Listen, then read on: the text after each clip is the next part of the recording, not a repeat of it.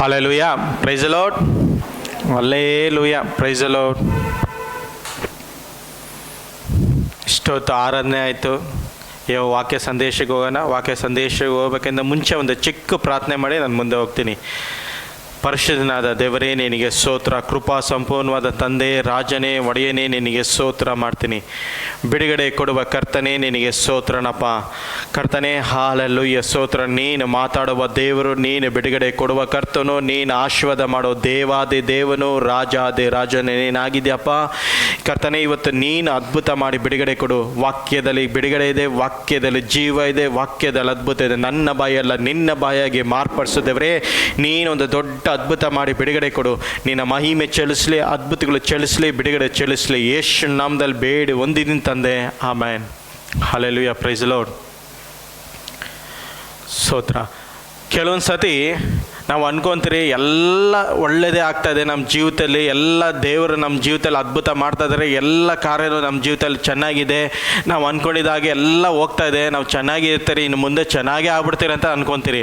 ಆದರೆ ದೇವರಿಗೆ ಗೊತ್ತು ಏನು ಮಾಡಬೇಕು, ಏನು ಮಾಡಬಾರ್ದು, ಯಾವುದು ಇರಬೇಕು, ಏನು ತೆಗಿಬೇಕು, ಯಾವುದು ನಿಮ್ಮ ಜೀವಿತದಲ್ಲಿ ಬರಬೇಕು, ಏನು ಮಾಡಬೇಕು, ಯಾಕೆ ಕೆಲಸ ಕೊಡಬೇಕು, ಯಾವುದು ಇದು ಮಾಡಬೇಕು, ಎಲ್ಲವನ್ನು ದೇವರಿಗೆ ಗೊತ್ತು. ಆತನ ಅನುಮತಿ ಇಲ್ಲದೆ ಒಂದೊಂದು ಸರಳಲ್ಲಿ ಸತ್ರ ನಮ್ಮ ಜೀವಿತ ನೆರವೇರಲ್ಲ. ಆತನು ಏನು ಮಾಡಿದ್ರು ನಮ್ಮ ಜೀವಿತದಲ್ಲಿ ಎಲ್ಲ ಒಳ್ಳೆಯದಕ್ಕೆ ಮಾಡೋದು, ಕೆಟ್ಟದು ಒಂದು ಮಾಡಲ್ಲ ದೇವರು, ನಮ್ಮ ದೇವರು. ಅದೇ ಥರ ದಾವಿದನ ಜೀವಿತದಲ್ಲಿ ಒಂದು ಹಾಲೆಲುಯ ಸ್ತೋತ್ರ ಇದ್ದ ಸಂಭವಿಸ್ತು. ದಾವಿದನಿಗೆ ದೇವರ ಒಂದು ವಾಗ್ದಾನ ಮಾಡಿದರು. ಹಾಲೆಲುಯ ಸ್ತೋತ್ರ. ಅದು ವಾಗ್ದಾನ ಓದಾನ. ಅಪೊಸ್ತಲರು ಬರೆದ ಕೃತ್ಯಗಳು 13ನೇ ಅಧ್ಯಾಯ 27ನೇ ವಾಕ್ಯ ಓದಾನ. Book of Acts chapter 13 verse 22.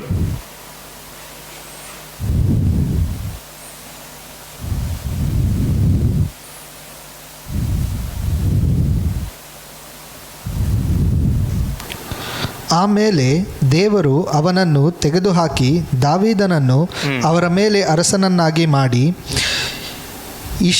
ಈಶಾಯನ ಮಗನಾದ ದಾವೀದನು ನನಗೆ ಸಿಕ್ಕಿದನು. ಅವನು ನನಗೆ ಒಪ್ಪುವ ಮನುಷ್ಯನು, ಅವನು ನನ್ನ ಇಷ್ಟವನ್ನೆಲ್ಲ ನೆರವೇರಿಸುವವನು ಎಂಬುದಾಗಿ ಅವನ ವಿಷಯದಲ್ಲಿ ಸಾಕ್ಷಿ ಹೇಳಿದನು. ಹಲ್ಲೆಲೂಯಾ. ಸ್ತೋತ್ರ. ಇದು ಯಾರು ಹೇಳ್ತಾ ಇದ್ದಾರೆ ಅಂತ ದೇವರು ಹೇಳ್ತಾ ಇದ್ದಾರೆ. ಸಮುವೇಲನಾಗೆ ದೇವರು ಅಭಿಷೇಕ ಮಾಡೋಗುವಂಥ ದಾವಿದನಿಗೆ ಕಲಿಸ್ಕೊಡ್ಬೇಕಾದ್ರೆ ದೇವರು ಸಮುವೇಲನಿಗೆ ಹೇಳ್ತಾ ಇದ್ದಾರೆ. ಏನು ಹೇಳ್ತಾ ಇದ್ದಾರೆ ಅಂದರೆ, ದಾವಿದನ್ ಈಸ್ ಮೈ ಓನ್ ಆರ್ಟ್ ಅಂತ ಹೇಳ್ತಾರೆ. ಅಂದರೆ ನನ್ನ ಹೃದಯದ ಆಸೆ ಪ್ರಕಾರ ಅವನ ಮುಖಾಂತರ ನಾನು ನೆರವೇರಿಸ್ತೀನಿ ಅಂತ ದೇವರು ಏನು ಹೇಳ್ತಾ ಇದ್ದಾರೆ, ದಾವಿದನಿಗೆ ದೇವರು ವಾಗ್ದಾನ ಮಾಡ್ತಾ ಇದ್ದಾರೆ. ಹಲ್ಲೆಲೂಯಾ. ಸ್ತೋತ್ರ. ಈ ದಾವಿದನಿಗೆ ನಮಗೆ ಗೊತ್ತಿಲ್ಲದ ಹಾಗೆ ದಾವಿದನ ಮೇಲೆ ಹಲ್ಲೆಲೂಯಾ ಸ್ತೋತ್ರ ಅಭಿಷೇಕ ಬಂತು, ಎಣ್ಣೆ ಅಭಿಷೇಕ ಬಂತು. ಅವನಿಗೆ ನಮಗೆ ಗೊತ್ತಿಲ್ಲದಂಗೆ ಗೋಲಿಯಾತನನ್ನು ಒಡೆದು ಬಿಸಾಕ್ದ. ಈ ಗೋಲಿಯಾತನ ಒಡೆದು ಬಿಸಾಕ್ದಾಗ ಇವನು ಏನಾದ, ದಾವಿದನು ಅವನೇನಾದ, ಹೀರೋ ಆದ.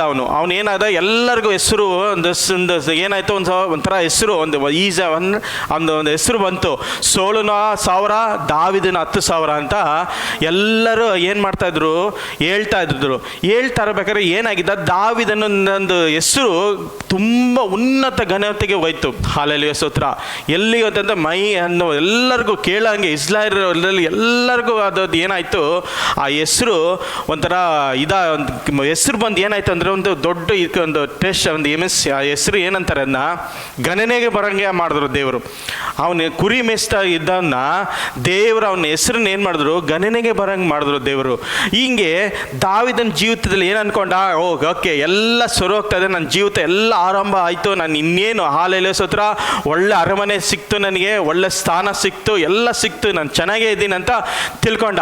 ಆದರೆ ದಾವಿದನ ಜೀವಿತದಲ್ಲಿ ಒಂದು ಕಷ್ಟ ಬಂತು. ಹಲ್ಲೆಲೂಯಾ ಸ್ತೋತ್ರ. ಹೋರಾಟ ಬಂತು. ಹಲ್ಲೆಲೂಯಾ ಸ್ತೋತ್ರ. ನಿಂದನೆ ಬಂತು ಅವನ ಜೀವಿತದಲ್ಲಿ. ಏನಕ್ಕೆ ನಿಂದನೆ ಬಂತು ಅಂದರೆ, ಸ್ವಂತ ರಾಜ ಸೌಲನೇ ಅವನ ಸಾಯಿಸ್ಬೇಕಂತ ಹೋರಾಟ ಬಂತು. ಹಲ್ಲೆಲೂಯಾ. ಆದರೆ ಓದಾನ 1ನೇ ಸಮುವೇಲನ ಪುಸ್ತಕ 20ನೇ ಅಧ್ಯಾಯದಿಂದ 1ನೇ ವಾಕ್ಯ ಓದಿ, ಗೊತ್ತಾಗುತ್ತೆ.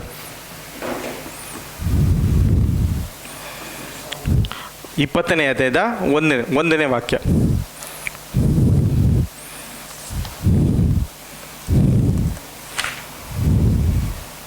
20ನೇ ಅಧ್ಯಾಯದ 1ನೇ ವಾಕ್ಯ.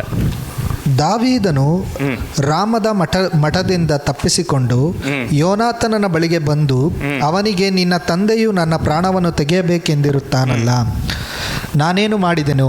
ನನ್ನ ಅಪರಾಧವೇನು? ನಾನು ಅವನಿಗೆ ಮಾಡಿದ ದ್ರೋಹವು ಯಾವುದು ಅನ್ನಲು ಯೋನಾತನನು ಅವನಿಗೆ ಇದು ಆಗಲೇಬಾರದು, ನಿನಗೆ ಸಾಕು, ನನಗೆ ಅದು ಬೇಡ, 7ನೇ ಪ್ಯಾರ ಬೇಡ, 1ನೇ ಪ್ಯಾರ ಸಾಕು. ಇಲ್ಲಿ ದಾವಿದನ ಏನು ಕೇಳ್ತಾ ಇದ್ದಾನೆ, ದಾವಿದನ ಎಲ್ಲ ಒಳ್ಳೇದೇ ಮಾಡ್ದ, ಕೆಟ್ಟದ್ದು ಒಂದೂ ಮಾಡಲಿಲ್ಲ ಅವನ ಜೀವಿತದಲ್ಲಿ, ಯಾವುದೋ ಏನು ಮಾಡಲಿಲ್ಲ.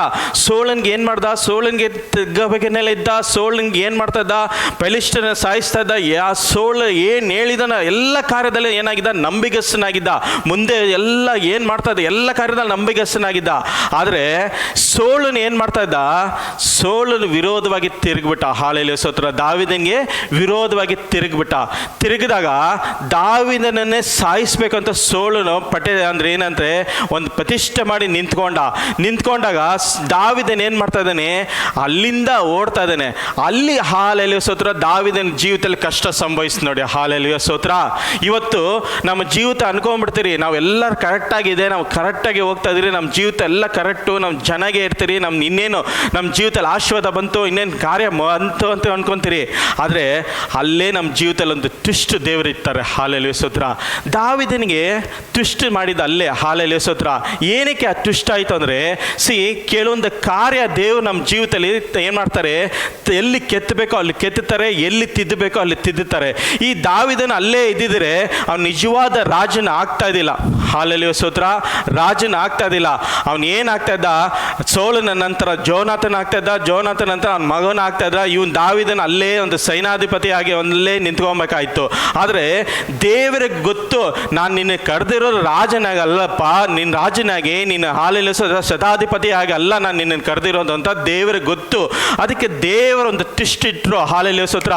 ಈ ದಾವಿದನು ಹಾಲೆಲೂಯಾ ಸ್ತೋತ್ರ ಎಲ್ಲ ಆರಂಭವಾಗಿದೆ ನನ್ನ ಜೀವಿತ ಅಂದ್ಕೊಂಡು ಹಾಲೆಲೂಯಾ ಸ್ತೋತ್ರ 5 ವರ್ಷ ಅವನ ಅರಮನೆಯಲ್ಲಿ ಇದ್ದ. 5 ವರ್ಷ ಇದ್ದಾಗ ಸೋಲನ ಹಾಲೆಲೂಯಾ ಸ್ತೋತ್ರ ಮಗಳನ್ನ ಮದುವೆ ಆಗಿ ಏನಾದ, ಬಾಂಧವ್ಯ ಬೆಳೀತು. ಇನ್ನೇನು ಎಲ್ಲ ಚೆನ್ನಾಗಿದೆ ನನ್ನ ಜೀವಿತ ಅಂದ್ಕೊಂಡಾಗ ಅಲ್ಲೇ ಒಂದು ಆರಾಮ ಆಯಿತು. ಹಾಲೆಲೂಯಾ ಸ್ತೋತ್ರ. ಅಲ್ಲಿಂದ ಅವನಿಗೆ ಏನಾಯಿತು, ಎಲ್ಲ ನಷ್ಟವಾಯಿತು. ಅವನು ಓಡ್ದ ಹಾಲೆಲೂಯಾ ಸ್ತೋತ್ರ. ದೇಶವನ್ನು ಬಿಟ್ಟು ದೇಶ ಓಡ್ದ. ಅವನು ಏನಕ್ಕೋಸ್ಕರ, ಸೋಲನು ಅಟ್ಟಿಸ್ಕೊಂಡು ಬರ್ತಾ ಇದ್ದಾನೆ. ಹಾಲೆಲೂಯಾ ಸ್ತೋತ್ರ. ದಾವಿದನ್ನು ಮುಗಿಸ್ಬೇಕು, ದಾವಿದನ್ನು ಇರ್ಕೊಡ್ದಂತಹ ಈ ಸೋಲನು ಹಾಲೆಲೂಯಾ ಸ್ತೋತ್ರ ಏನು ಮಾಡ್ತಾ ಇದ್ದಾನೆ, ಒಂದು ಜಿಡ್ಡಿ ಇಟ್ಕೊಂಡು ಬರ್ತಾ ಇದ್ದಾನೆ. ಈ ದಾವಿದನು ಗುಡಾರ ಹಾಲೆಲೂಯಾ ಅರಣ್ಯದಲ್ಲಿ ಅನೇಕ ಸ್ಥಳದಲ್ಲಿ ಅವನ ಕಾಲ ಕಳೆದಾಗ ಅವನಿಗೇನು ಸಂಭವಿಸ್ತು ಹೇಳಿ, ನಿಜವಾದ ದೇವರು ಇದ್ದಾರ, ನನಗೆ ಯಾಕೆ ಈ ಕಷ್ಟ ಬರ್ತಾ ಇದೆ, ನನಗೆ ಯಾಕೆ ಈ ಹೋರಾಟ ಬರ್ತಾ ಇದೆ ಅಂತ ಅಲ್ಲಿ ಅವನು ಆರಂಭ ಮಾಡ್ದ ಕೀರ್ತನೆ ಬರೆಯೋ ಪುಸ್ತಕ. ಹಾಲೆಲೂಯಾ ಸ್ತೋತ್ರ. ಅಲ್ಲಿ ಅವನು ಆರಂಭ ಮಾಡ್ದ ಕೀರ್ತನೆಗಳು ಬರೆಯೋದು. ಅಲ್ಲಿ ಅನುಭವ ಗೊತ್ತಾಯ್ತು ಅವನಿಗೆ. ಹಾಲೆಲೂಯಾ ಸ್ತೋತ್ರ. ಕಷ್ಟ ಗೊತ್ತಾಯ್ತು ಅವನಿಗೆ. ನಮ್ಮ ಜೀವಿತದಲ್ಲಿ ಸುಖವಾಗಿ ಇದ್ದಾಗ ನಾವು ದೇವರನ್ನ ಕೇಳಲ್ಲ. ಹಾಲೆಲೂಯಾ ಸ್ತೋತ್ರ. ಕಷ್ಟ ಬಂದಾಗೆ ನಮಗೆ ಗೊತ್ತಾಗೋದು, ಹೋರಾಟ ಬಂದಾಗೆ ಗೊತ್ತಾಗೋದು, ಪ್ರತಿಕೂಲ ಬಂದಾಗೆ ನಮಗೆ ಗೊತ್ತಾಗೋದು ನಮ್ಮ ದೇವರು ಎಲ್ಲಿದ್ದಾರೆ ಅಂತ ನಾವು ಕೇಳ್ತೀರಿ. ಹಾಲೆಲೂಯಾ ಸ್ತೋತ್ರ. ದೇವರು ಕೆಲವೊಂದ್ಸತಿ ಮೌನವಾಗಿರ್ತಾರೆ. ಹಾಲೆಲೂಯಾ ಸ್ತೋತ್ರ. ಕೆಲವೊಂದ್ಸತಿ ಮೌನವಾಗಿರ್ತಾರೆ, ಮಾತಾಡಲ್ಲ ದೇವರು. ಏನಕ್ಕೆ ಅಂದರೆ ಕೆಲವೊಂದು ಪಾಠ ನಮ್ಮ ಜೀವಿತದಲ್ಲಿ ಪಡಬೇಕು, ಕಷ್ಟಗಳು ನಾವು ಹೋರಾಟ ಬರಬೇಕು. ದೇವರು ಏನು ಹೇಳ್ತಾರೆ ಗೊತ್ತಾ, ಐಸಾಯ ಪ್ರವಾದದಲ್ಲಿ 43ನೇ ಅಧ್ಯಾಯದಲ್ಲಿ ಏನು ಹೇಳ್ತಾರೆ ಗೊತ್ತಾ, ನೀರಿನಲ್ಲೂ ನಾನು ನಿನ್ನ ಸಂಗಡ ಇರ್ತೀನಿ, ಬೆಂಕಿನಲ್ಲೂ ನಾನು ನಿನ್ನ ಸಂಗಡ ಇರ್ತೀನಿ, ಹಾಲೆಲೂಯಾ ಸ್ತೋತ್ರ, ಗಾಳಿನಲ್ಲೂ ನಾನು ನಿನ್ನ ಸಂಗಡ ಇರ್ತೀನಿ ಅಂತ. ಕೆಲವೊಂದು ಸತಿ ನಾವು ನೀರಿನಲ್ಲಿ ಹಾದು ಹೋಗ್ಬೇಕಾಗತ್ತೆ, ಕೆಲವೊಂದು ಸತಿ ಗಾಳಿನಲ್ಲಿ ನಾವು ಹಾದು ಹೋಗ್ಬೇಕಾಗತ್ತೆ, ಕೆಲವೊಂದು ಸತಿ ನಾವು ಬೆಂಕಿನಲ್ಲಿ ಹಾದು ಹೋಗ್ಬೇಕಾಗತ್ತೆ. ಹಾಲೆಲೂಯಾ ಸ್ತೋತ್ರ. ಪ್ರತಿಯೊಂದು ಜೀವಿತದಲ್ಲಿ ನಾವು ಹಾದು ಹೋಗಲೇಬೇಕು. ಆ ಕಷ್ಟ ನಾವು ಅನುಭವಿಸಲೇಬೇಕು. ಆ ಕಷ್ಟ ಅನುಭವಿಸಿದಾಗೆ ನಮಗೆ ಗೊತ್ತಾಗೋದು ನಮ್ಮ ದೇವರು ಎಂಥ ದೇವರು ಅಂತ. ಹಾಲೆಲೂಯಾ ಸ್ತೋತ್ರ. ಇವತ್ತು ಹಾಲೆಲೂಯಾ ಸ್ತೋತ್ರ. ಏನೋ ಕಷ್ಟ ಬಂದಾಗ ಅನೇಕರು ಸೀಸನಲ್ಲಿಗೆ ದೇವರನ್ನ ಆರಾಧಿಸ್ತಾರೆ. ಹಾಲೆಲೂಯಾ ಸ್ತೋತ್ರ. ಸೀಸನಲ್ಲಿ ದೇವರನ್ನ ಆರಾಧಿಸ್ತಾರೆ ಅಂದರೆ ಚೆನ್ನಾಗಿದ್ದಾಗ ದೇವರನ್ನ ಆರಾಧಿಸಲ್ಲ. ಅವರಿಗೆ ಕಷ್ಟ ಬಂದಾಗ, ದುಃಖ ಬಂದಾಗ, ಸಾಲ ಬಂದಾಗ, ರೋಗ ಬಂದಾಗ ಏನು ಮಾಡ್ತಾರೆ, ದೇವರನ್ನ ಆರಾಧಿಸ್ತಾರೆ. ಅದು ಅಂಥ ದೇವರಲ್ಲ ನಮ್ಮ ದೇವರು. ದೇವರು ಏನು ಪ್ರಶ್ನೆ ಬರ್ತಾರೆ ಗೊತ್ತಾ, ಯಾವಾಗಲೂ ನನ್ನನ್ನು ಹಾಲೆಲೂಯಾ ಸ್ತೋತ್ರ, ನೀನು ನನ್ನ ಸಂಗಡ ನನ್ನ ಸನ್ನಿಧಿಯಲ್ಲಿ ಬರಬೇಕು, ನೀನು ನನಗಾಗಿ ಪ್ರಾರ್ಥಿಸಬೇಕು ಅಂತ ದೇವರ ಒಂದು ಆಸೆ ಇರುತ್ತೆ. ಇವಾಗ ನನ್ನ 2 ಮಕ್ಕಳು ಇರ್ತಾರೆ. ಈ 2 ಮಕ್ಕಳು ಹಾಲೆಲೂಯಾ ಸ್ತೋತ್ರ ತಂದೆ ಬಳಿಗೆ ಬಂದು ಅವ್ರು ಏನಾದರೂ ಹಂಚ್ಕೊತಾ ಇರಬೇಕು, ದಿನಾಗಲೂ ಹಂಚ್ಕೊತಾ ನೋಡಿದ್ರೆ ನನಗೆ ಖುಷಿ ಇರುತ್ತೆ, ನನಗೊಂದು ಇದು ಇರುತ್ತೆ. ಅವ್ರು ಯಾವ ಒಂಥರ ಸಿಟ್ಟು ಮಾಡಿಕೊಂಡು ಅವ್ರು ಮುನ್ಸ್ಕೊಂಡು ಇದ್ದಾಗ ನನಗೆ ಎಷ್ಟು ಬೇಜಾರಾಗುತ್ತೆ ಅಲ್ಲಿ. ಹಾಲೆಲೂಯ ಸ್ತೋತ್ರ. ಅದೇ ಥರ ನಮ್ಮ ದೇವರಾಗಿದ್ದಾರೆ. ಹಾಲೆಲೂಯ ಸ್ತೋತ್ರ. ಇವತ್ತು ಏನಾಗ್ತಾ ಇದೆ ಅಂದರೆ ಸೀಸನಲ್ಲಾಗಿ ದೇವರನ್ನ ಆರಾಧಿಸ್ತಾರೆ. ಹಾಲೆಲೂಯ ಸ್ತೋತ್ರ. ಕಷ್ಟ ಬಂದಾಗ ದೇವರನ್ನ ಹುಡುಕ್ತೀರಾ, ಏನೋ ರೋಗ ಬಂದಾಗ ದೇವ್ರನ್ನ ಹುಡುಕ್ತೀರಾ, ಆದರೆ ಎಲ್ಲ ಒಳ್ಳೇದಾಗಿದ್ದಾಗ ದೇವರನ್ನ ಹತ್ರನೇ ಹೋಗಲ್ಲ, ದೇವರೇ ಬೇಕಾಗಿರಲ್ಲ ಅವಾಗ. ಹಾಲೆಲೂಯ ಸ್ತೋತ್ರ. ದೇವರು ಅದಲ್ಲ ನಮ್ಮ ದೇವ್ರು ಕೇಳೋದು.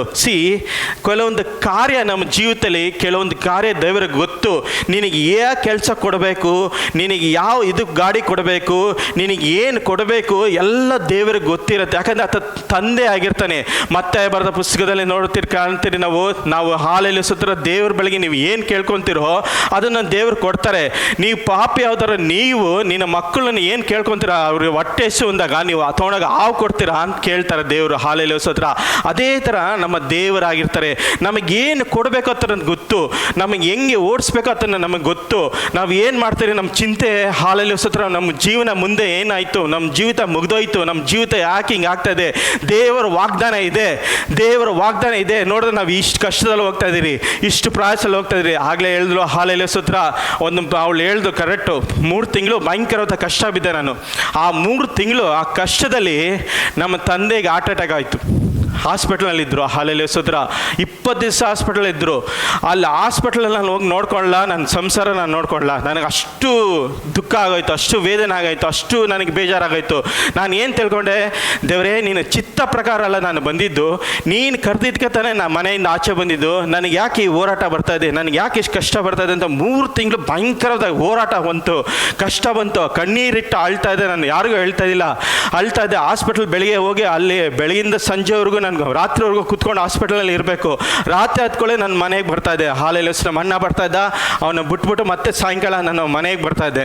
ಅಷ್ಟು ಇರ್ತಾಯಿತ್ತು. ನನ್ನ ಮನೆ ಬಾಡಿಗೆ ಕಟ್ಟಬೇಕಾಯಿತು. ಹಾಲೆಲೂಯ ಸ್ತೋತ್ರ. ಮನೆಗೆ ಸಂಸಾರ ನಾನು ನೋಡ್ಕೊಬೇಕಾಯ್ತು. ಒಂದು ದಿನಕ್ಕೆ 200 ರೂಪಾಯಿ ಇಲ್ಲ ಅಂದರೆ ಮನೆ ನಡ್ಸೋಕ್ಕಾಗಲ್ಲ. ಹಾಲು ತರಕಾರಿ ಎಲ್ಲ ಬೇಕೇ ಬೇಕು, ಇಲ್ಲ ಅಂದರೆ ನಡ್ಸೋಕ್ಕಾಗಲ್ಲ. ಅಷ್ಟು ಕಷ್ಟದಲ್ಲಿ ನಾನು ಆದೋದೆ. ಹಾಲೆಲೂಯ ಸ್ತೋತ್ರ. ಇದು ಹೆಂಗೆ ಅಂದರೆ ದೇವರ ವಾಗ್ದಾನ ಬಂದಾಗ ಒಂದು ಕಾರ್ಯಗಳು ನಮ್ಮ ಜೀವಿತದಲ್ಲಿ ಕಷ್ಟದಲ್ಲಿ ಹಾದು ಹೋಗಬೇಕಾಗತ್ತೆ. ಹಾಲೆಲೂಯ ಸ್ತೋತ್ರ. ಕೆಲವ್ರು ಏನು ಮಾಡ್ತಾರೆ ಗೊತ್ತಾ, ಈ ಕಷ್ಟದಲ್ಲಿ ನಿಲ್ಲಲ್ಲ, ಓಡೋಗ್ಬಿಡ್ತಾರೆ, ದೇವರನ್ನ ಬಿಟ್ಟು ಓಡೋಗ್ಬಿಡ್ತಾರೆ. ಹಾಲೆಲೂಯ ಸ್ತೋತ್ರ. ಆ ಥರ ಅಲ್ಲ. ದೇವರಿಗೆ ಗೊತ್ತು ನಿನ್ನ ಮುಖಾಂತರ ನಾನು ಏನು ಮಾಡಬೇಕು, ನಿನಗೆ ಯಾವುದು ಕೊಡಬೇಕು, ನಿನಗೆ ಏನು ಒಳ್ಳೆಯದು, ನಿನಗೆ ಯಾವ ಕೊಡಬೇಕಾಗಿದೆಯೋ ಅದೇ ನಾನು ಕೊಡ್ತೀನಿ ಅಂತ ದೇವರಿಗೆ ಗೊತ್ತು. ನಾವೇನು ಮಾಡ್ತೀರಿ, ಹಾಲೆಲೂಯ ಸ್ತೋತ್ರ, ನಮ್ಮ ಸ್ವಂತ ಬುದ್ಧಿಯಿಂದ ನಾವು ನೋಡ್ತೀರಿ, ಸ್ವಂತ ಕಾರ್ಯದಲ್ಲಿ ನಾವು ನೋಡ್ತೀರಿ. ಇದು ತೊಗೊಂಡ್ರೆ ಚೆನ್ನಾಗಿರುತ್ತಲ್ಲ, ಈ ಬಿಸ್ನೆಸ್ ಮಾಡಿದ್ರೆ ಚೆನ್ನಾಗಿರುತ್ತಲ್ಲ, ಇದು ಮಾಡಿದ್ರೆ ಚೆನ್ನಾಗಿರುತ್ತಲ್ಲ ಅಂತ ನಾವು ಯೋಚನೆ ಮಾಡ್ತೀರಿ. ಕೆಲವೊಂದು ಸತಿ ನಾವು ಏನು ಯೋಚನೆ ಮಾಡ್ತಾರೆ ಗೊತ್ತಾ, ನನಗೆ ಕನಸು ಬಂತು. ಹಾಲೆಲೂಯ ಸ್ತೋತ್ರ. ಆ ಕನಸಿನಲ್ಲಿ ನಾನು ನೋಡಿದ್ದು ವಸಂತನ. ಹಸಿರು ಹುಲ್ಲುಗಾವನೆಲ್ಲ ನಾನು ಅವಳು ಆಟ ಆಡ್ತಾ ಇರೋದು ದೇವ್ರು ನನಗೆ ತೋರಿಸ್ಕೊಟ್ರು. ಆವಾಗ ಗೊತ್ತಾಯ್ತು ನನಗೆ ಕನ್ಫರ್ಮೇಷನು, ಹೌದು ಇವಳು ನನಗೆ ಕರೆಕ್ಟಾದ ಲೈಫ್ ಪಾರ್ಟ್ನರು, ನನ್ನ ಜೀವಿತದಲ್ಲಿ ಇವಳೇ ನನಗೆ ಕರೆಕ್ಟಾದ ಪಾರ್ಟ್ನರು ಅಂತ ನಾನು ಅಂದ್ಕೊಂಡೆ. ಅಕಸ್ಮಾತ್ ನಾನು ಏನಾದರೂ ಆ ಹುಡುಗಿನ ನಾನು ಮದುವೆ ಆಗಿದ್ದರೆ ಇವತ್ತು ನಾನು ಇಲ್ಲಿ ನಿಂತ್ಕೊಂಡು ಒಂದು ಪಾಸ್ಟ್ರಾಗಿ ನಿಲ್ತಾ ಇದ್ದಿದ್ದಿಲ್ಲ, ನಾನು ಎಲ್ಲೋ ನನ್ನ ಸಂಸಾರ ನೋಡ್ಕೊಂಡು ನಾನು ಎಲ್ಲಿ ಹೋಗ್ತಾ ಇದ್ನೋ, ನಮ್ಮ ಸಂಸಾರ ಏನಾಗ್ತಾ ಇತ್ತೋ ಅದು ಗೊತ್ತಿಲ್ಲ. ಹಾಗಾದರೆ ನಮ್ಮ ಕುಟುಂಬಕ್ಕೆ ಯಾರು ಸೊಸೆ ಬರಬೇಕು ಅಂತ ದೇವ್ರಿಗೆ ಗೊತ್ತು, ನನಗೆ ಗೊತ್ತಿರಲ್ಲ. ಹಾಲೆಲೂಯ ಸ್ತೋತ್ರ. ಅವಳು ಏನಾದರೂ ಗ್ಯಾರಂಟಿ ನಮ್ಮ ಸೊಸೆ ನಾನು ಮದುವೆ ಮಾಡ್ಕೊಂಡು, ನಾನು ಏನೋ ಫೋರ್ಸ್ ಮಾಡ್ಕೊಂಡು ಮದುವೆ ಮಾಡ್ಕೊಂಡಿದ್ದರೆ ಇವತ್ತು ನಮ್ಮ ಕುಟುಂಬದಲ್ಲಿ ಏನಾಗ್ತಾಯಿತ್ತು ಅಂದರೆ ಕಳವಳ ಆಗ್ತಾಯಿತ್ತು, ಚಿತ್ರಣ ಆಗ್ತಾಯಿತ್ತು. ಯಾಕಂದರೆ ಆ ಹುಡುಗಿ ಏನಾದ್ರು ಬಂದಿದ್ರೆ ಅವಳು ಮನುಷ್ಯನೇ ಅಂದರೆ ಶಾರ್ಟ್ ಟೆಂಪರು, ಒಂಥರ ಇದು, ಅವಳಿಗೆ ಇದೆಲ್ಲ ಆಗೋದಿಲ್ಲ. ಬಟ್ ಆ ಕುಟುಂಬಕ್ಕೆ ಹೆಂಗೆ ಹೊಂದ್ಕೊಂಡು ಹೋಗ್ತಾರೆ ಅಂತ ದೇವ್ರಿಗೆ ಗೊತ್ತಿತ್ತು. ಇವಳನ್ನ ಕರ್ಕೊಂಬಂದು ದೇವ್ರು ಹಾಕಿದ್ರು. ಹಾಲೆಲೂಯ ಸ್ತೋತ್ರ. 10 ವರ್ಷ ನಾವು ಜಾಯಿಂಟ್ ಫ್ಯಾಮಿಲಿನಲ್ಲಿದ್ರಿ. 10 ವರ್ಷದಲ್ಲಿ ಒಂದು ಸತಿನ ಅವಳು ಇದ್ರ ಮಾತಾಡಿಲ್ಲ. ಹಾಲೆಲೂಯ ಸ್ತೋತ್ರ. ನಮ್ಮ ತಂದೆ ತಾಯಿಗೆ ಇವಾಗಲೂ ಓಪನ್ ಆಗಿ ಹೇಳ್ತೀನಿ, ಒಂದು ಸತಿನ ಎದುರು ಮಾತಾಡಿಲ್ಲ. ಅನೇಕ ಸತಿ ಅವರು ಹೇಳಿದ್ರು, ಮುನ್ಸ್ಕೊತಾ ಇದ್ರು, ಕೋಪ ಮಾಡ್ತಾಯಿದ್ರು, ಇದು ಮಾಡ್ತಾಯಿದ್ರು, ಮಾತಾಡ್ತಾ ಇದ್ದಿಲ್ಲ. ಆದರೆ ಒಂದು ಸತಿನ ಇವಳು ಹೋಗಿ ಎದುರು ಮಾತಾಡಲಿಲ್ಲ. ಆ ಥರ ಇದ್ಲು. ಹಾಲೆಲೂಯ ಸ್ತೋತ್ರ. ನಾನು ಏನು ಹೇಳ್ತಾ ಇದ್ದೀನಿ ಅಂದರೆ, ದೇವರು ಏನೇ ಮಾಡಿದ್ರೂ ನಮಗೆ ಇತ್ತಾಗೆ ದೇವರು ಮಾಡೋದು, ಒಂದು ಕೆಟ್ಟದೊಂದು ಮಾಡಲ್ಲ. ನಾವು ತಿಳ್ಕೊಂಬಿಡ್ತೀರಿ, ನಮ್ಮ ಮೈಂಡ್, ನಮ್ಮ ಪ್ರಾಣ ಏನು ಅನ್ಕೊತೀರಿ, ಇದು ಒಳ್ಳೇದಾಗಿರುತ್ತೆ, ಇದು ಹೋದರೆ ನಮ್ಮ ಜೀವಿತದಲ್ಲಿ ಚೆನ್ನಾಗಿರ್ತೀರಿ, ಇದು ಮಾಡಿದ್ರೆ ಚೆನ್ನಾಗಿರ್ತೀರಿ ಅಂದ್ಕೊತೀರಿ. ನೋಡ್ತೀರಿ. ಬಟ್ ದಾವಿದ ಜೀವಿತದಲ್ಲಿ ಇದೇ ಸಂಭವಿಸಿದ್ದು. ದಾವಿದನ್ನು ತಿಳ್ಕೊಂಬಿಟ್ಟ, ಆರಾಮಾಗಿ ನಾನು ಇರ್ತೀನಿ, ಇನ್ನು ಹಾಲೆಲ್ಲ ಪೆಲಿಸ್ಟನ್ನು ಹೊಡ್ಕೊಂಡು ಯಾರೇ ಬರಲಿ ವಿರೋಧಕ್ಕೆ ನಾನು ವಿರೋಧವಾಗಿ ಹಾಲೇ ಬರಲಿ ಅವನ್ನೆಲ್ಲರನ್ನ ಸಂಭಾಯಿಸಿ ನಾನು ನಿಂತ್ಕೊತೀನಿ ಅಂತ ದಾವಿದನ್ನ ತಿಳ್ಕೊಂಡು ಅದೇ ಅರಮನೆಯಲ್ಲಿ ಕುತ್ಕೊಂಡ್ಬಿಟ್ಟ. ಹಾಲೆಲ್ಲ ಸೂತ್ರ ಕುತ್ಕೊಂಡಾಗ ದೇವರ ಒಂದು ಶಿಫ್ಟ್ ನಡೀತು ನೋಡಿ. ಹಾಲೆಲ್ಲ ಸೂತ್ರ 7 ವರ್ಷ ಸೋಳಿನಿಂದ ಓಡ್ದ ಅವನು. 7 ವರ್ಷ ಎಷ್ಟು ಅರಣ್ಯದಲ್ಲಿ ಹೋದ, ದುರಾರಗಳನ್ನ ಹಾಕ್ದ. ಹಾಲೆಲ್ಲ ಸೂತ್ರ ಅನೇಕ ಹೋರಾಟಗಳು ಬಂತು, ಅನೇಕ ಪ್ರಾಣಿಗಳು ವಿರೋಧವಾಗಿ ಬಂತು, ಅನೇಕ ಕಾರ್ಯಗಳು ಅವನ ಜೀವಿತದಲ್ಲಿ ಸಂಭವಿಸಲಿಲ್ಲ. ಗುಡಾರ ಎತ್ಕೊಂಡು ಓಡ್ತಾ ಇದ್ದ. ಸೋಳನು ಹಾಲೆಲ್ಲ ಸೂತ್ರ ಈಸಿಯಾಗಿ ಸೋಳನು ಸಾಯಿಸ್ಬೋದಾಯ್ತು. ದಾವಿದನು ಪಕ್ಕದಲ್ಲಿ ಸಿಕ್ಕಿದ್ರು. ಅದು 16ನೇ 28 ವಾಕ್ಯನ 23ನೇ ವಾಕ್ಯದಲ್ಲಿ ನಾವು ನೋಡ್ಬೋದು, 23 ಅಧ್ಯಾಯದಲ್ಲೇ ನಾವು ನೋಡ್ಬೋದು. ಸೋಳನು ದಾವಿದನು ಇಬ್ಬರಿಗೂ ಭೇಟಿ ಆಯಿತು. ಅವಾಗ ಸೋಳನು ಏನಾಗಿದ್ದ, ನಿದ್ದೆ ಹೊಡಿತಾ ಇದ್ದ.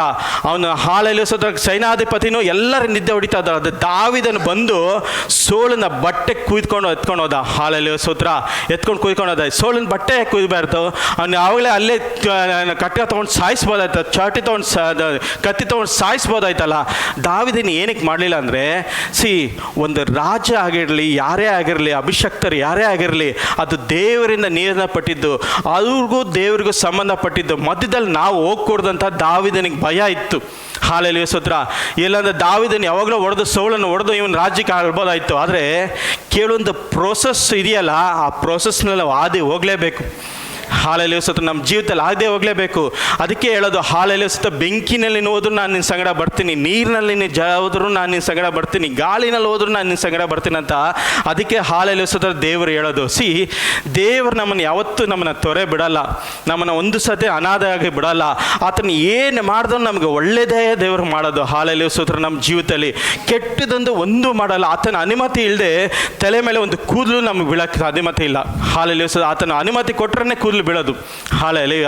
ಆದರೆ ನಾವು ಏನು ಮಾಡ್ತೀರಿ ಗೊತ್ತಾ, ದುಡುಕ್ಬಿಟ್ಟು ನಾವು ಬೇರೆದರ ಕಾರ್ಯಗಳು ತೊಗೊಂಡು ಹೋಗ್ತೀರಿ, ಬೇರೆದರ ಮಾರ್ಗದಲ್ಲಿ ಹೋಗ್ತೀರಿ. ಇದೇ ಹೋಸಾಯ ಬರೆದ ಪ್ರವಾದಿ ದೇವರು ಹೇಳ್ತಾ ಇದ್ದಾರೆ, ಹೋಸಾಯ ಪ್ರವಾದಿಗೆ ಹೋಗು, ಹಾಲೆಲೂಯ ಸೂತ್ರ ವ್ಯಭಿಚಾರ ಆದ ಸಹೋದರಿನ ಹೋಗಿ ಮದುವೆ ಆಗೋಂತ. ಇದು ನಾವು ನೀವು ಆಗಿದ್ರೆ ಹೋಗಿ ಮಾಡ್ತೀರಾ ಈ ಥರ? ಅಲ್ಲಿ ಹೇಳಿ, ಮಾಡ್ತೀರಾ? ದೇವ್ರು ಹೇಳ್ತದೆ ಪ್ರವಾದಿ ಅಂದರೆ ಸುಮ್ಮನೆ ಅಲ್ಲ. ಪ್ರವಾದಿ ಕರೆಯೋದು ದೇವ್ರು ಸುಮ್ಮನೆ ಅಲ್ಲ. ಪ್ರವಾದಿ ಅಂದರೆ ದೇವ್ರು ಹೆಂಗೆ ಬೇಕಾದ್ರೆ ಟ್ವಿಸ್ಟ್ ಮಾಡ್ತಾರೆ. ಎಜ್ಕೇಲನ ಹಾಲೆಲ್ಲ ಸೂತ್ರನ ಜೀವಿತ ನೋಡ್ಬೇಕಂದ್ರೆ ಭಯಂಕರ ಕಷ್ಟ ಬಂತು. ಅವನು ಒಂದು ಪ್ರವಾದಿ ಆಗಿದ್ದ. ಹೋಸಾಯಿಗೆ ಪ್ರವಾದಿಗೆ ಹೇಳ್ತಾ ಇದ್ದಾರೆ ದೇವರು, ಹೋಗು ವ್ಯಭಿಚಾರ ಮಾಡ್ತಾರ ಹೆಂಗಸಿನ ಹೋಗಿ ಮದುವೆ ಆಗು ಅಂತ ಹೇಳ್ತಾ ಇದ್ದಾರೆ ದೇವರು. ಇವನೇನು ಮಾಡ್ದ, ದೇವರಿಗೆ ಮಾತಿಗೆ ಕಿವಿ ಕೊಟ್ಟು ಹೋಗಿ ಮದುವೆ ಆಗ್ತಾ ಇದ್ದಾನೆ. ಹಾಲೆಲ್ಲ ಸೂತ್ರ ಮದುವೆಗೆ ತೊಗೊಂಬಂದು ಇಬ್ಬರು ಮಕ್ಕಳಾದ್ರೂ ಮತ್ತೆ ಅವಳು ಏನು ಮಾಡಿದ್ಲು, ಅದೇ ಹಳೇ ಕಸಬಿಗೆ ಹೋದ್ಲು ಅವಳು. ಹಾಲೆಲ್ಲ ಸೂತ್ರ ತನ್ನ ಗಂಡನ್ನು ಬಿಟ್ಬಿಟ್ಟು ಮತ್ತೆ ಹೋದ್ಲು. ಮತ್ತೆ ದೇವ್ರು ಹೇಳ್ತಾ ಇದ್ದಲ್ಲ, ಮತ್ತೆ ಹೋಗಿ ನೀನು ಅವಳನ್ನ ಪ್ರೀತಿಸು, ಅವಳನ್ನ ಕರ್ಕೊಂಬ ಮನೆಗೆ, ಮತ್ತೆ ಹೋಗಿ ಪ್ರೀತಿಸು ಅಂತ. ಎಷ್ಟು ಕಷ್ಟ ಆಗಿರಲ್ಲ ಹಾಲೆಲ್ಲ ಸೂತ್ರ ಈ ಪ್ರವಾದಿಗೆ. ಹಾಲೆಲ್ಲ ಸೂತ್ರ ಒಂದು ವ್ಯಭಿಚಾರ ಮಾಡೋ ಸಹೋದರಿನ ಹೋಗಿ ಅವ್ನ ಮದುವೆ ಆಗೋದಲ್ಲೇ ಅವನ ಮನೆಗೆ ಕರ್ಕೊಂಬಂದು ಇಬ್ಬರು ಮಕ್ಕಳು ಆದ್ರ ನಂತರ ಮತ್ತೆ ಅವಳು ಹಿಂದೆ ಅದೇ ಕಸುಬಿಗಳ ಮುಂದೆ ಓಡೋದ್ಲು. ಹಾಲೆಲ್ಲ ಸೂತ್ರ ಅದೇ ಕಸುಬಿಗೆ ಓಡೋದ್ಲು. ಆದರೆ ಮತ್ತೆ ದೇವ್ರು ಹೇಳ್ತಾ ಇದ್ದಾರೆ, ಹೋಗು ಮತ್ತೆ ನೀನು ಅವಳು ಕರ್ಕೊಂಬ ಅಂತ. ಇದು ದೇವ್ರು ಏನು ತೋರಿಸ್ತಾರೆ ಅಂದರೆ, ಇಸ್ರಾಯೇಲರು ದೇವ್ರು ಕರೆದಾಗ ಅವರೊಂದು ಪರಿಶುದ್ಧವಾದ ಜನಗಳಾಗ್ತಾರೆ. ಆದರೆ ಅವರು ಬರ್ತಾ ದೇಶಕ್ಕೆ ಹೋಗಿದಾಗ ಆ ದೇಶದಲ್ಲಿ ಕಾಸ್ಟಮ್ಸ್ಗೆ ಅವಳು ಒಣಗಾಗ್ಬಿಟ್ರು. ಆ ವಿಗ್ರಹನ ಇಕ್ಕೊಂಬೇಡಪ್ಪ ಅಂದರೆ ಆ ವಿಗ್ರಹನ ಇಕ್ಕೊಂಡು ಪೂಜೆ ಮಾಡ್ತಾಯಿದ್ರು. ಹಾಲೆಲ್ಲ ಸೂತ್ರ ಯಾವುದು ನೀನು ಇಂಟರ್ಕ್ಯಾಸ್ಟ್ ಮದುವೆ ಆಗಬೇಡ ಅಂದಾಗ ಆ ಇಂಟರ್ಕ್ಯಾಸ್ಟ್ ಮದುವೆ ಆಗ್ತಾಯಿದ್ರು. ಕರೆದಿರೋದು ದೇವರನ್ನ ಮರೆತು ಇವ್ರು ಇಷ್ಟ ಬಂದಂಗೆ ಇವ್ರು ಜೀವಿಸ್ತಾಯಿದ್ರು. ಹಾಲೆಲೂಯ. ಹೋಸಾಯ ಪ್ರವಾದಿ ಕಾಲದಲ್ಲಿ ಇವ್ರು ಇಷ್ಟ ಬಂದಂಗೆ ಇದು ಮಾಡ್ತಾಯಿದ್ರು. ದೇವರು ಏನಕ್ಕೆ ಅವನಿಗೆ ಆ ಥರ ಮದುವೆ ಆಗಿ ಅಂತ ಹೇಳಿದ್ದು, ಇಸ್ರಾಯೇಲ್ ಜನಗಳು ಇಷ್ಟ ಬಂದಂಗೆ ಪಾಪ ಮಾಡ್ತಾಯಿದ್ರು, ಇಷ್ಟ ಬಂದಾಗ ಅವ್ರಿಗೆ ಇದು ಮಾಡ್ತಾಯಿದ್ರು. ಆದ್ರೂ ದೇವರು ಏನಕ್ಕೆ ಅವ್ರನ್ನ ಪ್ರೀತಿಸ್ತಾ ಇದ್ರು ಅಂದರೆ, ಈ ಒಂದು ಸಾಕ್ಷಿ. ಹಾಲೆಲ್ಲ ಸೂತ್ರ ಹೋಸಾಯನ ಸಾಕ್ಷಿ ಅಂದರೆ, ಆ ವ್ಯಭಿಚಾರ ಆದ ಸಹೋದರಿ ಅವಳು ಮದುವೆ ಆದ್ರೂ ಮತ್ತೆ ಹೋಗಿ ವ್ಯಭಿಚಾರ ಮಾಡ್ತಾ ಇಲ್ಲ ಅಂದರೆ, ನಾವು ಒಂದ್ಸತಿ ನಮ್ಮ ಪಾಪನ ಬಿಟ್ಟು ಬಂದು ಮತ್ತೆ ನಾವು ಪಾಪಕ್ಕೆ ಹಿಂತಿರುಗಿ ಹೋದಾಗ ಮತ್ತೆ ನಾವು ದೇವ್ರನ್ನ ಏನು ಮಾಡ್ತಾಯಿದ್ರಿ, ಶಿಲುಬೆಗೆ ಹಾಕ್ತಾಯಿದ್ದೀರಿ. ಹಾಲೆಲೂಯಾ ಸ್ತೋತ್ರ. ಮತ್ತೆ ಯೇಸುನ ನಾವು ಏನು ಮಾಡ್ತಾಯಿದ್ರಿ, ಶಿಲುಬೆಗೆ ಹಾಕ್ತಾಯಿದ್ದೀರಿ. ದೇವರು ಏನು ತೋರಿಸೋದು ಅಂದರೆ, ನೀನು ಎಷ್ಟೇ ಪಾಪ ಮಾಡಿರಲಿ ನಾನು ಅಷ್ಟೇ ನಿನ್ನನ್ನು ಪ್ರೀತಿಸ್ತಾ ಇದ್ದೀನಪ್ಪ. ಹಾಲೆಲೂಯಾ ಸ್ತೋತ್ರ. ಆ ಥರ ಹೇಳ್ತಾರದು ದೇವರು. ನೀನು ಎಷ್ಟೇ ಪಾಪ ಮಾಡು ನಾನು ಅಷ್ಟೇ ನಿನ್ನನ್ನು ಪ್ರೀತಿಸ್ತಾ ಇದ್ದೀನಿ.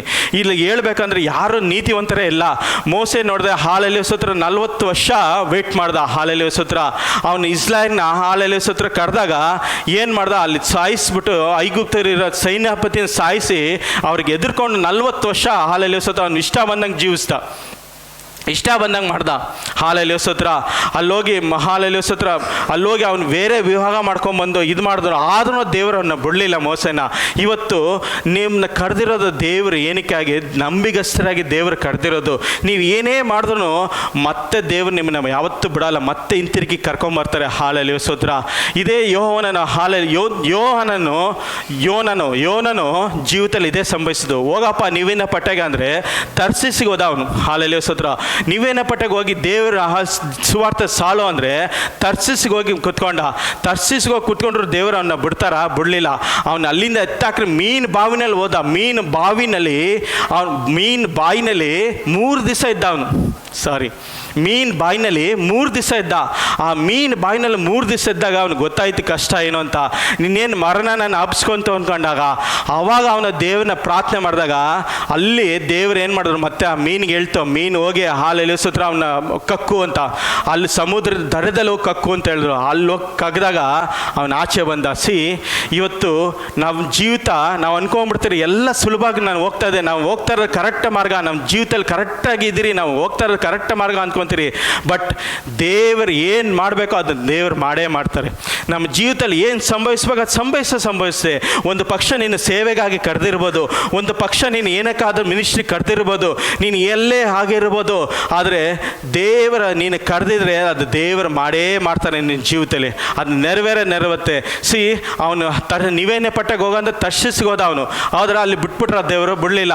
ಅವನು ಹಾಲೆಲೂಯಾ ಸ್ತೋತ್ರ ಕಷ್ಟ ಬಿದ್ದ. ಅವನು 3 ದಿವಸ ಮೀನು ಬಾಯಿನಲ್ಲಿ ಇದ್ದಾಗ ಎಷ್ಟು ಕಷ್ಟ ಇದ್ರಲ್ಲ, ಮೀನು ಹೊಟ್ಟೆ ಒಳಗೆ ಮೀನು ಹೊಟ್ಟೆ ಒಳಗೆ ಹೋದಾಗ ಭಯಂಕರವಾದ ಕಷ್ಟ ಬಂತು ಅವನ ಜೀವಿತದಲ್ಲಿ. 3 ದಿವಸ ತುಂಬ ಬೇಜಾರು ಬಿಟ್ಟ. ಒಂದು ಬಾಯಿನಲ್ಲಿ ನಾವು ಏನಾದರೂ ನಮ್ಮ ಫುಡ್ಡು ನಾವು ತಿಂದಾಗ ಫುಡ್ಡು ಡೈಜೆಸ್ಟ್ ಆಗಬೇಕು ಅಂದ್ರೆ ನಮ್ಮದ್ರಲ್ಲಿ ದೇವರೊಂದು ಇದಕ್ಕಿರ್ತಾರೆ, ಸ್ಪೆನ್ಸರ್ ಅಂತ ಇರುತ್ತೆ. ಆ ಸ್ಪೆನ್ಸರ್ನಿಂದ ಒಂದು ಲಿಕ್ವಿಡ್ ಬರುತ್ತೆ, ಅದು ಆ್ಯಸಿಡ್ ಆಗಿರುತ್ತೆ. ನಮ್ಮ ಫುಡ್ಡು ಏನಾಗುತ್ತೆ, ಅದು ಸ್ಪೆನ್ಸರ್ ಬಂದಾಗ ನಮ್ಮ ಫುಡ್ ತಿಂದಿರೋ ಫುಡ್ನ ಡೈಜೆಸ್ಟಿವ್ ಸಿಸ್ಟಮ್ನಲ್ಲಿ ತೊಗೊಂಬಂದು ಹಾಕುತ್ತೆ, ಹಾಕಿ ಅದನ್ನು ಪುಷ್ ಮಾಡುತ್ತೆ. ಇಷ್ಟು ಇರಬೇಕಾದ್ರೆ ಆ ಮೀನು ಹೊಟ್ಟೆನಲ್ಲಿ ಇದ್ನಲ್ಲ 3 ದಿವಸ, ಆ ಮೀನು ಹೊಟ್ಟೆದಲ್ಲಿ ಒಂದು ಲಿಕ್ವಿಡ್ ಇದು ಬರುತ್ತೆ, ಒಂದು ಆ್ಯಸಿಡ್. ಅದು ನಮ್ಮ ಕೈ ಮೇಲೆ ಏನಾದ್ರು ಬಿತ್ತು ಅಂದ್ರೆ ಒಂಥರ ಆ್ಯಸಿಡ್ ಥರ ಆಗುತ್ತೆ. ಅದು ಹಾಲೆಲೂಯಾ ಸ್ತೋತ್ರ. ಒಂಥರ ಬಬಲ್ಸ್ ಬರುತ್ತೆ, ಒಂಥರ ಇದು ಬರುತ್ತೆ. ಅಷ್ಟು ಕಷ್ಟದಲ್ಲಿ ಹೋದ 3 ದಿನ ಅವನು ಕಷ್ಟದಲ್ಲಿ ಹೋದಾಗ ಆಮೇಲೆ ಅವನು ಪ್ರಾರ್ಥನೆ ಮಾಡ್ತಾ ಇದ್ದಾನೆ ದೇವ್ರ ಹತ್ರ. ದೇವರೇ, ನಾನು ನಿನ್ನ ಶಬ್ದಗೆ ನನಗೊಂದು ಆಯ್ಸ್ ಕೊಟ್ಟರೆ ನಾನು ನಿನಗಾಗಿ ನಿಲ್ತೀನಿ ಅಂತ ಅಂದ. ಆವಾಗ ದೇವ್ರು ಹೇಳಿದ್ರು ಆ ಮೀನಿಗೆ, ಹೋಗು ಹಾಲೆಲೂಯಾ ಸ್ತೋತ್ರ, ಹೋಗಿ ನೀನು ಬಾಯಿನಲ್ಲಿರೋ ಕಕ್ಕು ಅಂದಾಗ ಆಚೆ ಬಂದರು. ಇವತ್ತು ನಮ್ಮ ಜೀವಿತದಲ್ಲಿ ಅಷ್ಟೇ, ನಾವು ಅಂದ್ಕೊಂಡ್ರೆ ಎಲ್ಲ ಸರಿಯಾಗಿ ಇರುತ್ತೆ, ನಮ್ಮ ಜೀವಿತದಲ್ಲಿ ಎಲ್ಲ ಕರೆಕ್ಟ್ ಅಂದ್ಕೊತೀರಿ. ಆದರೆ ದೇವ್ರು ಏನು ಮಾಡಬೇಕೋ ಅದು ಮಾಡೇ ಮಾಡ್ತಾರೆ ನಮ್ಮ ಜೀವಿತದಲ್ಲಿ. ಹಾಲೆಲೂಯಾ ಸ್ತೋತ್ರ. ದಾವೀದನ ಜೀವಿತದಲ್ಲಿ ಅದೇ ಅನುಭವಿಸಿದ್ದು. ಹಾಲೆಲೂಯಾ ಸ್ತೋತ್ರ. 7 ವರ್ಷ ಸೋಲಿನಿಂದ ಓಡ್ದ, ಗೂಡಾರಗಳು ಎತ್ಕೊಂಡು ಓಡ್ದ, ಅರಣ್ಯದಲ್ಲಿದ್ದ, ವೇದನೆ ಪಟ್ಟ, ದುಃಖ ಪಟ್ಟ, ಅನ್ಕೊಂಡ ದೇವರೇ ನೀನು ಎಲ್ಲಿ ಇದೆಯಾ, ನೀನು ವಾಗ್ದಾನ ನನಗೆ ಮಾಡಿದೆ, ಅಭಿಷೇಕ ನನಗೆ ಮಾಡಿದೆ, ಅನೇಕ ಕಾರ್ಯಗಳು ನನ್ನ ಜೀವಿತದಲ್ಲಿ ಮಾಡಿದೆ, ಎಲ್ಲಿ ದೇವರೇ ಅಂತ ಕೇಳ್ದ. ಇವತ್ತು ಅದೇ ನಾವು ಸಂಭವಿಸೋದು. ಹಾಲೆಲೂಯಾ ಸ್ತೋತ್ರ. ಕಷ್ಟ ಬಂದಾಗ, ಹೋರಾಟ ಬಂದಾಗ ನಾವು ಅನ್ಕೊಂಡ್ಬಿಡ್ತೀರಿ ದೇವ್ರು ನನ್ನ ಕೈ ಬಿಟ್ಬಿಟ್ರು, ದೇವ್ರು ನನ್ನ ಜೀವಿತದಲ್ಲಿ ಇಲ್ಲ, ದೇವ್ರು ನನ್ನನ್ನು ತೊರೆ ಬಿಟ್ರು ಅಂತ ಅನ್ಕೊತೀರಿ. ಬಟ್ ದೇವ್ರು ಏನು ಮಾಡಬೇಕೋ ಅದು ಮಾಡೇ ಮಾಡ್ತಾರೆ ನಮ್ಮ ಜೀವಿತದಲ್ಲಿ. ಕಣ್ಣುಗಳು ಮುಚ್ಕೊಂಡು ಪ್ರಾರ್ಥಿಸೋಣ. ಹಾಲೆಲೂಯಾ ಸ್ತೋತ್ರಪ್ಪ. ಹೌದು ಕರ್ತನೆ, ನೀನು ಕೊಟ್ಟಿದ್ದ ವಾಕ್ಯನ ಹಾಲೆಲೂಯಾ ಸ್ತೋತ್ರ ನಾನು ಹೇಳಲ್ಪಟ್ಟಿದ್ದೀನಪ್ಪ. ಕರ್ತನೆ, ಮುಂದೆ ನಡೆಸುವ ದೇವರು ನೀನಪ್ಪ. ಹೋ ರಬಲ ಶಬರ ಬರಬರ ಶದರಬರ ಹದರಬರಬರ ಶಂದದರೆ ರೂಬ ರಬಲ ಶಗದ ರಬಲ ಹದಲ ರಬಲೆ ಹದುರ ಎಸ್ ಹಾಲೆಲ್ಲೂಯ. ಶಂದ ರಬ ರಬಲ ಶದರ ರಕದ. ಕರ್ತನೆ, ರೂಪಿಸುವ ದೇವರು ನೀನು, ನಮ್ಮನ್ನು ಕೈ ಬಿಡದೆ ಕಾಪಾಡುವ ದೇವರು ನೀನು. ಹೌದು ಕರ್ತನೆ, ನೀನು ಏನೇ ಮಾಡಿದ್ರು ನಮಗೆ ಒಳ್ಳೆಯದೇ ಮಾಡುವ ದೇವರಾಗಿದೆಯಪ್ಪ. ಒಂದು ನಮ್ಮನ್ನು ಕೆಟ್ಟದ್ದು ಬಯಸುವ ದೇವರಲ್ಲಪ್ಪ ನೀನು. ಹಾಲೆಲ್ಲೂಯ ಸ್ತೋತ್ರ. ಎಲ್ಲ ಒಳ್ಳೆಯದೇ ಮಾಡುವ ದೇವರು. ನಾವು ಆಲೋಚನೆ ಅನ್ಕೊಂಡ್ಬಿಡ್ತಾರೆ, ಇದನ್ನು ಸಿಕ್ಕರೆ ನಮ್ಗೆ ಒಳ್ಳೆ ಆಗ್ಬಿಡುತ್ತೆ, ನಮ್ಗೆ ಆ ಕೆಲಸ ಸಿಕ್ಕರೆ ಒಳ್ಳೇದಾಗುತ್ತೆ, ಆ ಎಂತಿ ಬಂದರೆ ನನಗೆ ಒಳ್ಳೇದು, ಇವರು ಬಂದರೆ ನಮ್ಗೆ ಒಳ್ಳೇದು ಅಂತ ಅನ್ಕೊತೀರಿ. ಆದರೆ ನಮಗೆ ದೇವರಿಗೆ ಗೊತ್ತು ಯಾರನ್ನ ಕರ್ಕೊಂಬರ್ಬೇಕು, ಯಾರನ್ನ ನಮ್ಮ ಲೈಫ್ ಪಾರ್ಟ್ನರ್ ಆಗಿ ಇರಬೇಕು, ಯಾವ ಕೆಲಸ ನೀನು ಕೊಟ್ಟರೆ ನೀನು ಕರೆಕ್ಟಾಗಿ ಇರ್ತೀಯ, ಯಾವ ಕಾರ್ಯದಲ್ಲಿ ನೀನು ಕೊಟ್ಟರೆ ಇದು ಕರೆಕ್ಟಾಗಿ ಇರ್ತೀಯ ಅಂತ ನಮಗೆ ದೇವರಿಗೆ ಗೊತ್ತು. ಆತನು ನಮ್ಮ ತಂದೆ ಆಗಿದ್ದಾನೆ.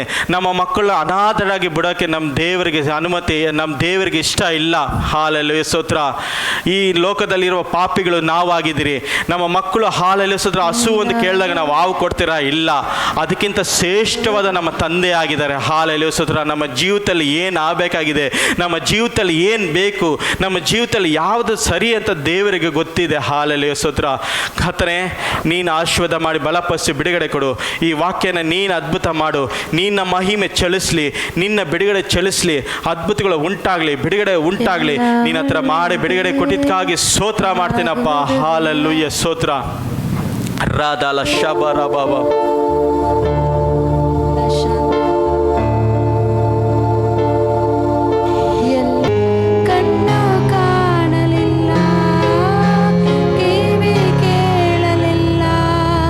ಮನಸ್ಸು ಊಹಿಸಲಿಲ್ಲ ನೀ ನನಗಾಗಿಟ್ಟಿರಲು. ಕಣ್ಣು ಕಾಣಲಿಲ್ಲ, ಮನಸ್ಸು ಊಹಿಸಲಿಲ್ಲ ನೀ ನನಗಾಗಿಟ್ಟಿರಲು. ಎಲ್ಲ ಒಳ್ಳೆಯದು ಆಗುವುದು ದೇವಾ, ನಿನ್ನ ಪ್ರೀತಿಸಿದ ಕಣ್ಣು ಕಾಣಲಿಲ್ಲ, ಕಿವಿ ಕೇಳಲಿಲ್ಲ, ಮನಸ್ಸು ಊಹಿಸಲಿಲ್ಲ ನೀ ನನಗಾಗಿಟ್ಟಿರಲು. ಕಣ್ಣು ಕಾಣಲಿಲ್ಲ, ಕಿವಿ ಕೇಳಲಿಲ್ಲ, ಮನಸ್ಸು ಊಹಿಸಲಿಲ್ಲ ನೀ ನನಗಾಗಿಟ್ಟಿರಲು. ಎಲ್ಲ ಒಳ್ಳೆಯದೇ ಆಗುವುದು ದೇವಾ, ನಿನ್ನ ಪ್ರೀತಿಸಿದ ನನಗೆ. ಎಲ್ಲ ಒಳ್ಳೆಯದೇ ಆಗುವುದು ದೇವಾ, ನಿನ್ನ ಪ್ರೀತಿಸಿದ ನನಗೆ. ನಿನ್ನಂತ ಅಪ್ಪ ಇಲ್ಲ, ನಿನ್ನಂತೆ ಅಪ್ಪ ಇಲ್ಲ, ನಿನ್ನಂತೆ ಮಿತ್ರರಿಲ್ಲ, ನಿನ್ನಂತೆ ಯಾರು ಇಲ್ಲ, ನಿನ್ನಂತೆ ಅಪ್ಪ ಇಲ್ಲ, ನಿನ್ನಂತೆ ಅಪ್ಪ ಇಲ್ಲ, ನಿನ್ನಂತ ಮಿತ್ರರಿಲ್ಲ, ನಿನ್ನಂತೆ ಯಾರು ಇಲ್ಲ. ಯೇಸುವೇ ಯೇಸುವೇ ಯೇಸುವೇ, ನಿನ್ನಂತೆ ಯಾರೂ ಇಲ್ಲಪ್ಪ. ಯೇಸುವೇ ಯೇಸುವೇ ಯೇಸುವೇ, ನಿನ್ನಂತೆ ಯಾರು ಇಲ್ಲಪ್ಪ, ನಿನ್ನಂತೆ ಅಪ್ಪ ಇಲ್ಲ, ನಿನ್ನಂತೆ ಅಪ್ಪ ಇಲ್ಲ, ನಿನ್ನಂತೆ ಮಿತ್ರ ಇಲ್ಲ, ನಿನ್ನಂತೆ ಯಾರು ಇಲ್ಲ, ನಿನ್ನಂತೆ ಅಪ್ಪ ಇಲ್ಲ, ನಿನ್ನಂತೆ ಅಪ್ಪ ಇಲ್ಲ, ನಿನ್ನಂತೆ ಮಿತ್ರ ಇಲ್ಲ, ನಿನ್ನಂತೆ ಯಾರು ಇಲ್ಲ. ಯೇಸುವೇ ಯೇಸುವೇ ಯೇಸುವೇ, ನಿನ್ನ ಹಾಗೆ ಯಾರು ಇಲ್ಲಪ್ಪ. ಯೇಸುವೇ ಯೇಸುವೇ ಯೇಸುವೇ, ನಿನ್ನ ಹಾಗೆ ಯಾರು ಇಲ್ಲಪ್ಪ. ಇಲ್ಲ ಇಲ್ಲ ಇಲ್ಲ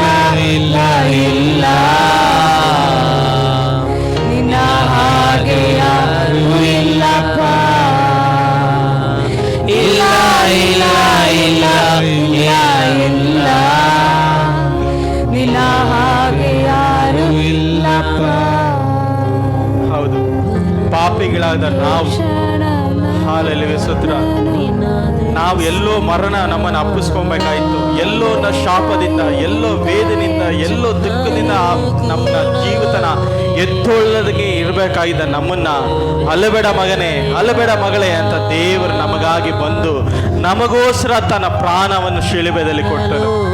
ಹೌದು, ಇವತ್ತು ಲೋಕದಲ್ಲಿ ನೋಡ್ಬೇಕಂತ ಒಂದು ಸ್ನೇಹಿತನ, ಒಳ್ಳೆ ಸ್ನೇಹಿತನಾಗಿದ್ರೆ ಮಾತ್ರ ಅದಕ್ಕೆ ತ್ಯಾಗ ಮಾಡ್ತಾನೆ.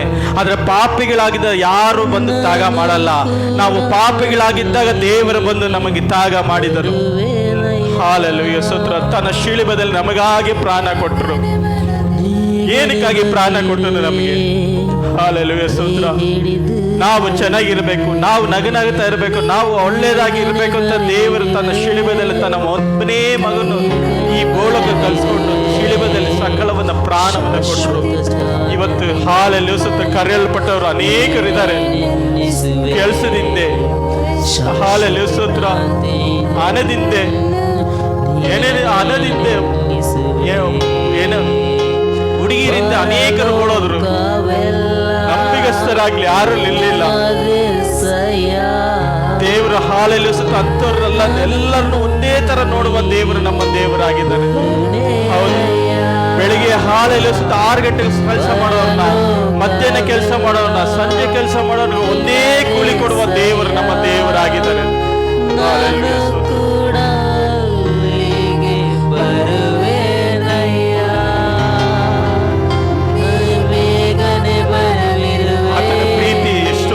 ದೊಡ್ಡದು, ಎಷ್ಟೋ ದೊಡ್ಡದು.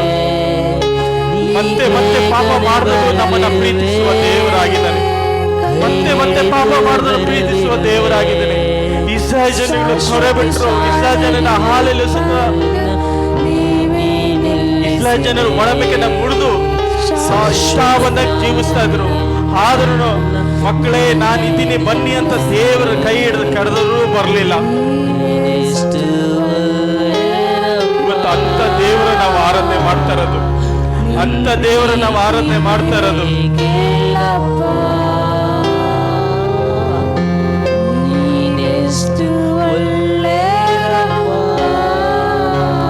ವಾಗ್ದಾನ ಬರುತ್ತೆ, ವಾಗ್ದಾನ ಬಂದಾಗ ನಾವು ಅನ್ಕೋಬಿಡ್ತೀರಿ ಎಲ್ಲ ಸುಲಭವಾಗಿ ಹೋಗ್ಬಿಡುತ್ತೆ, ನಮ್ ಜೀವಿತ ಎಲ್ಲ ಆಯ್ತು, ಅಲ್ಲೇ ನಮ್ ಜೀವಿತ ಇನ್ನೇನು ಸೆಟ್ಲ್ ಆಗ್ಬಿಡ್ತೀರಿ. ಆವಾಗಲೇ ನಮ್ ಜೀವಿತ ಕಷ್ಟ ಬರೋದು, ಆವಾಗಲೇ ನಮ್ ಜೀವಿತದಲ್ಲಿ ಹೋರಾಟ ಬರೋದು, ಆವಾಗಲೇ ನಮ್ ಜೀವಿತದಲ್ಲಿ ಕೇಳ್ತೀರಿ ಎಲ್ಲಿ ನನ್ನ ದೇವರು, ಎಲ್ಲಿ ನನ್ನ ದೇವರು ಅಂತ ನಾವು ಕೇಳ್ತೀರಿ. ನನ್ನ ದೇವರ ಕೈ ಬಿಡೋ ದೇವರಲ್ಲ, ಆತ ನಮ್ಮ ಜೀವಿತದಲ್ಲಿ ಏನ್ ಮಾಡಿದ್ರು ಒಳ್ಳೇದೇ ಮಾಡುವ ದೇವರಾಗಿದ್ದಾನೆ.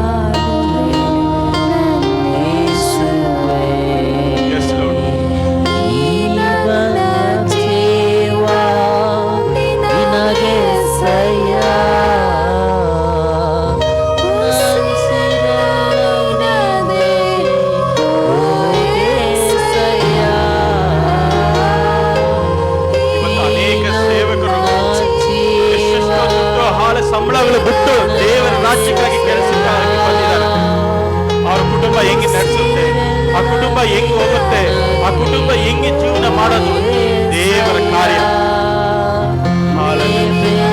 ದೇವರ ಕಾರ್ಯ. ಎಷ್ಟೋ ಜನ ಬಲಿಯಾದ್ರು. ಸ್ವಂತ ಅಪೋಸ್ತಲರು, ದೇವರ ಕರೆಯಲ್ಪಟ್ಟ ಅಪೋಸ್ತಲರು ರಕ್ತ ಸಾಕ್ಷಿಯಾಗಿ ಸತ್ತಲ್ಪಟ್ರು. ಏನಕ್ಕಾಗಿ? ಆತನ ಪ್ರೀತಿಗಾಗಿ, ಆತನ ನಮ್ಮ ಮೇಲೆ ಇಟ್ಟಿರೋ ಪ್ರೀತಿಗಾಗಿ. ಇವತ್ತು ಲೋಕ ನೋಡ್ಬೇಕಾದ್ರೆ ಯಾವ್ದಾವ್ದೋ ಪ್ರೀತಿಗೆ ಹೋಗ್ತಾ ಇದ್ದೀರಿ. ಹಣದಿಂದೆ, ಹುಡುಗಿರಿಂದೆ, ಸ್ಥಾನದಿಂದೆ, ಅನೇಕ ಕಾರ್ಯದಲ್ಲಿ ನಾವು ಜೀವಿಸ್ತಾ ಇದ್ದೀರಿ. ಆದ್ರೆ ನನ್ನ ದೇವರಿಗೆ ಗೊತ್ತು ಏನ್ ಮಾಡ್ಬೇಕು, ನಮಗೆ ದೇವರಿಗೆ ಗೊತ್ತು.